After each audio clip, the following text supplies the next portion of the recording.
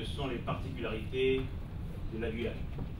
C'est un milieu naturel et ça peut servir que ce soit pour l'aviron ou le canoë-kayak.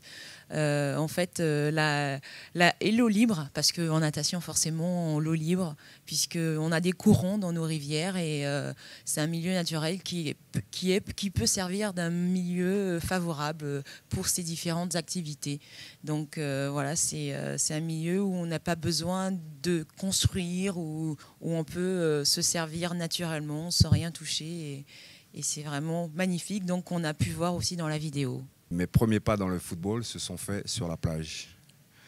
Quand vous maîtrisez la plage, autrement dit, quand vous maîtrisez le sable et que vous maîtrisez l'eau, la mer, vous n'avez aucune difficulté après sur un terrain de football. Il n'est pas nécessaire d'aller dans une salle de musculation. On fait des exercices, on fait de la musculation naturellement.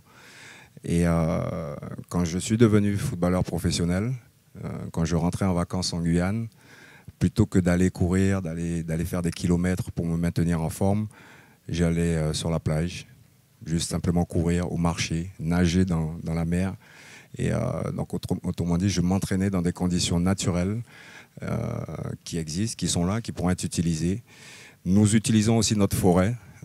L'équipe de France de taekwondo est venue en Guyane, pas tant pour ses installations sportives, mais plutôt pour sa forêt. Et travailler dans la forêt, travailler l'esprit de groupe dans la forêt, travailler le mental des athlètes dans la forêt, encadrés par l'armée. En fait, ils étaient sur un site qui est utilisé par l'armée pour s'entraîner. Et donc voilà pourquoi on dit que la Guyane est naturellement sportive.